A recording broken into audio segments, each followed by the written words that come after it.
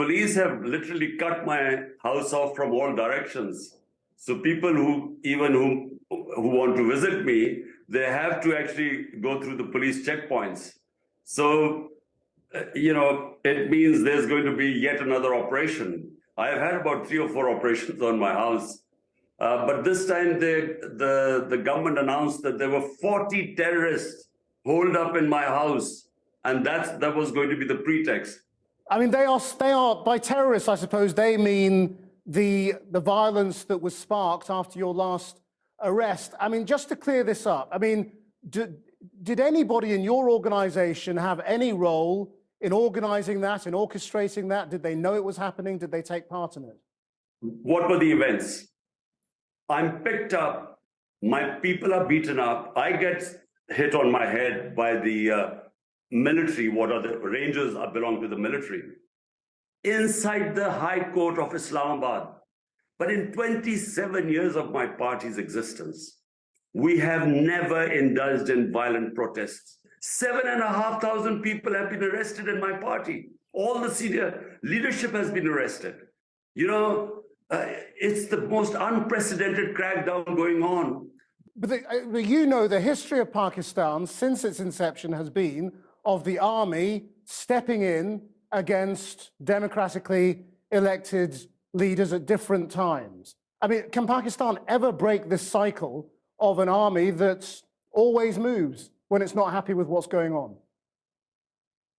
Look, we started off as a security state. There was this dependence on the Pakistan army.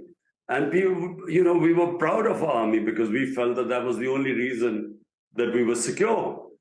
But unfortunately, things change, time evolved.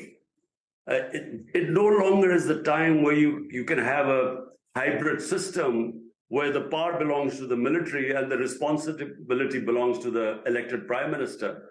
This sort of hybrid system just cannot deliver. So we are a big governance disaster. Too many Pakistani leaders have been killed in political violence. Do you now fear for your life? I've had 2 attempts on my life. The reason why my life is in danger is because all the 12 parties coalition, our lead between them and us has grown so wide now.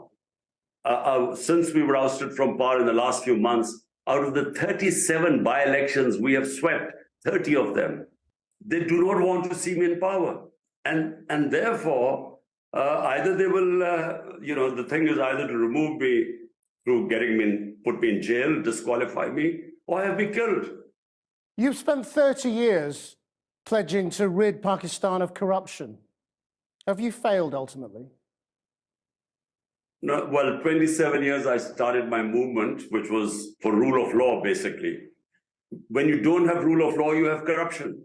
Reason why the developing world is poor, because they don't have rule of law. The powerful are above law. And when you look back at your time in power, do you think there is more that you could or should have done to take on these powerful forces within the country?